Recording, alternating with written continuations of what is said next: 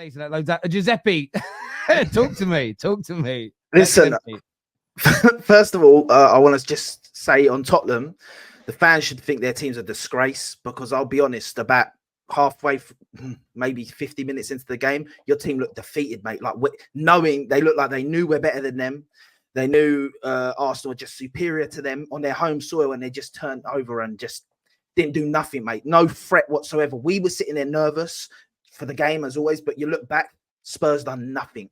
Absolutely nothing. And I think it's actually the one thing I will say, Henry, that I disagree with is that you're saying Arsenal played crap. We didn't. We played the right game plan, and defensively we were going quality. forward though. You didn't offer a huge amount. We didn't need to. And this is the thing. The thing is, you're so bad that we don't need to do that. And that's the thing is, that's Spurs, and this is the problem with Spurs fans, and you deserve it. Not maybe you, Henry, or Jacob, but Spurs fans deserve this because you overhype your team every single season. Yeah, you talk about Maddison and you try and compare him to Odegaard. Odegaard was the better player today, and he didn't even play. And he was better than Maddison today, bro. Maddison was awful. And Postecoglou, the way they gassed him up, he's better than Arteta. You guys deserve all this now, because you don't learn to just not say anything. Vicario, Ray is better than him. Like, I don't care what anyone would say, Vicario, this because he started really good. He's shocking. He is a liability for you. Every single corner, your team looks stressed, and it starts from him. He looks so stressed. He's there. And he's Italian. I should be backing this guy. Yeah, I don't want him as Italy's keeper. Please keep playing crap for Spurs, so you don't play for Italy. But listen, that was just on Spurs. But on Arsenal, I thought we done what we had to do today, and I thought we were quality for it. People, Arsenal fans, yeah, certain Arsenal fans, I believe they don't watch football correctly, because they'll sit here and go, "Oh, we were this, we were that, we were awful." Saka had a stinker. Saka didn't have a stinker. He weren't great going forward, but as a whole performance, he was quality today. He was locking up that side with Ben White, and he was letting nothing happen down that side. Sometimes there's more to football, yeah, than the attacking part of the game. When circumstances are the way they are, missing two of our key midfielders, having no defensive cover, like Timber got a yellow card in the first half.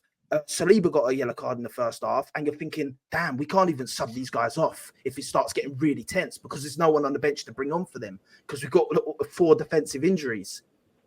Timber today, I thought, was outstanding. And I think now you're looking at it and thinking, damn, that was a huge loss last season for Arsenal, getting injured at the start of the season. And maybe things may have been different if he was in the team last season. Over the course of the season, he was a monster. He the way he gets forward, he's a dirty looking player as well, man. He likes to get into it and that. And I thought it was quality. And you just see the maturity in Arsenal. And I think Gary Neville said it. Arsenal haven't won the league yet, but this team has this maturity of a team that has sort of done that, because the way we can just see through away games like that, like Henry said, in 38 games or what it is, 4 clean sheets, where Arsenal's kept 3 already this season, and we've only played 4 games. I heard this stat as well. I think this is in 2024, you're unbeaten away from home in the league. And these are the types of stats that mean something, in my opinion, which is why I didn't get the panic in this. And I'm not talking about City away. You very rarely win. I kind of get it. But this idea that you could lose 2 or 3 players and it's something, we're done. You don't go unbeaten for the better part of a calendar year away from home if you're a crap team. And this is where I'm at a point where I know Arsenal haven't got over the line and won a major trophy. But I still think it's almost because they haven't done that, that makes them crap still. It doesn't. It doesn't make them a great side yet because they haven't won those trophies. But no, I don't even mean it rudely about Tottenham. You are so superior to them.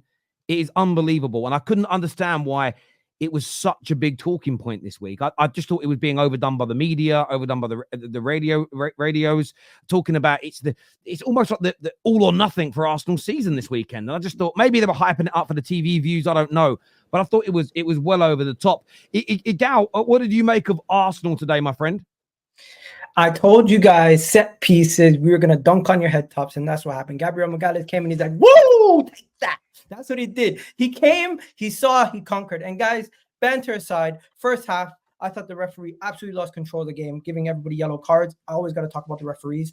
But when it comes to the overall game, you want to know something? We did not have to be our best. Tottenham Hotspur, we found you guys out. And Arteta found you guys out a couple last season. And he did the exact same thing, but even more cerebral this time.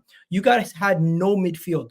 I thought we had midfielders missing. Where were your midfielders? You had Madison, Kulusevski. What were they doing for the whole game? On top of that, Bentancur picking up a yellow card early, that changed the game for you guys because he couldn't do nothing either. So you basically had no midfield. I thought Arsenal were going to come into this game with a weak midfield. We were poor passing-wise, but you guys couldn't even take control of it. Also, you think you're going to beat us in the wide areas when we have two amazing center-backs? We have the two best center-backs in the world. I'm going to say that again. Gabriel Magalhaes and William Saliba are the two best center-back pair, the best center-back pairing in the world. Show me a better pairing right now. You can't do it because these guys consistently, week in, week out, for the last 2 years have been showing it. And I hope, I pray that this defense is going to lead us to the title. I said it. I said William Saliba is going to be our player of the season. But today, Gabriel Magalhaes was the player of the game. Bukayo Saka once again getting an assist. But Tottenham, you guys are pathetic. You guys couldn't do nothing. You guys didn't show any attacking nouns. Every time, just the same old thing. And you know your manager has the audacity to come out here and say, "Oh, I guess we're gonna get punished if we don't take our chances." Well, duh, that's what's gonna happen. You guys bought a striker. We didn't. Guess what? I thought because you guys bought a striker, you're gonna have a better attack. It doesn't necessarily work out that way, right? You have to have a better all-around team. And to the people panicking, stop panicking whenever there's a little issue, because at the end of the day, we have a manager who will find a solution. You have to believe in the team and the manager to find a solution. If there's a situation where we have a player injured, like Bukayo Saka is injured right now, I'm a little concerned. I hope he's okay for the Man City game. But whatever happens, we will find a way to weather the storm. And also, 3 successive wins. We own Tottenham. We own you in your new stadium. You guys have been there for 6 years, and we've won more games in those derbies than you guys have won in 20 years at the Emirates. It just goes to show you that we own you guys. And North London will forever be red. You can't talk to us. All right, but that's why you're comparing yourself to Tottenham when you're supposed to be contending for a title. But you're like, we bought a striker, but we didn't. But what are you doing? 1 second. We just played a game, so it's like just because we're better than you, just because we're more. Yeah, but we're talking about what we did in the summer. Why are you comparing our summer moves when we played today? I'm showing you guys that everyone keeps talking about Arsenal, saying we need a striker, we need a striker. You guys signed a striker, and you still couldn't finish anything. So once again, it wasn't his fault that we didn't finish anything. So I don't know why you're blaming Solanke. One more thing. It's not about the summer. It's about the fact that people complaining in the Arsenal fan base. But you brought up the striker, not me. Okay, forget about that. Long story short, David Raya is an elite keeper. People need to put some respect on him also, because I feel like Gabriel Magalhaes and Saliba get a lot of credit for his defensive record. He's showing this season 4 games in a row. He's put in solid defensive performances. And Ethan came in and was saying, "Shake and bake Ricky Bobby on your boys." This guy's 17 years old. 17 years old, and he's you're shameless. You were one of them that said, "I have no faith in Ethan." I'm sorry. No. I'm not letting you have this. I'm not letting you have this. No. You're gonna hear it. You're gonna hear it. But yeah, for short, Tottenham. We told you guys you're not on our level. Please stop comparing yourselves to us. Stop testing yourselves against us and saying this is what the barometer. Because your barometer is not Arsenal. Your barometer is you got to look at the Manchester United. You got to look at Chelsea. You got to look at some of these other teams. Down the table. That's where you got to test yourself. Because when Manchester United faced Liverpool back in the day when they're in title races, even if Liverpool had injuries, you knew that most likely they're gonna get a result in that game. The disrespect I was hearing from Tottenham fans going into this game, they're favorites. They feel confident. They think they're gonna win. You guys disillusion yourself. And once again, your manager let you down, your players let you down, and you guys are sitting here looking like idiots because you know your team is not as good as what you're saying it is, but every single time you hype it up. So stop it. Gunner Souls, what you saying, bro? I told man about Ethan Nawari and everyone looked at me like I was the crazy one. Yeah, all of you had no faith. He comes on, does a little cameo, and now you all want to twerk for him. Nah. Sit back in your caves. I'm not letting none of yous are allowed to talk on my guy's name. Because you all said he's 17, you don't throw him in. Man comes in and puts them on their asses, like we've been doing all the time anyway. But the reality is, look, I want to talk about Mikel because a lot of people discredit him and say that he can't deal with adversity. 1 game down, we've got a big one on next week. And I do think he's going to make it 2 for 2. And that's my belief because he is giving me more and more belief that he can do it.